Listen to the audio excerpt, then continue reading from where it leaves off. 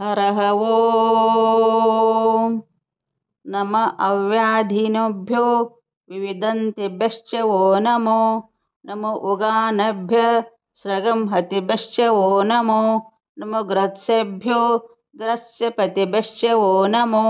नमो व्रातेभ्यो व्रातपतिभ्यश्च वो नमो नमो गणेभ्यो गणपतिभ्यश्च वो नमो नमो विरूपेभ्यो विश्वरूपेभ्यश्च वो नमो नमो महद्भः क्षुल्लकेभ्यश्च वो नमो नमो रतेभ्यो रतेभ्यश्च वो नमो नमो रतेभ्यः रतपतिभ्यश्च वो नमो नमः सेनाभ्यः सेनानिभ्यश्च वो नमो नमः क्रत्सेभ्यः संग्रहीतभ्यश्च वो नमो नमः सक्षभ्यो रथकार्येभ्यश्च वो नमो नमः कुलालेभ्यः कर्मारेभ्यश्च वो नमो नमः पुञ्जिष्टेभ्यो निषादेभ्यश्च वो नमो नमः इषकृद्भ्यो धन्वकृद्भ्यश्च वो नमो नमो मृगयभ्यश्च निभ्यश्च वो नमो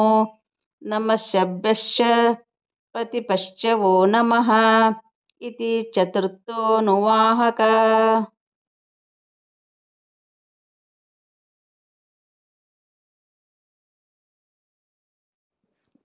ॐ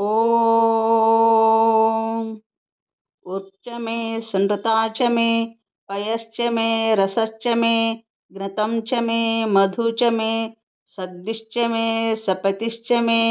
कृषिश्च मे वेष्टिश्च मे चैत्रं च मे औदिद्यं च मे रयिश्च मे रायश्च मे पुष्टं च मे पुष्टिश्च मे विभु च मे प्रभु च मे बहु च मे भूयश्च मे पूर्णं च मे पूर्णतरं च मे अक्षितिश्च मे कूयवाश्च मे अन्नं च मे क्षुच्च मे व्रीययश्च मे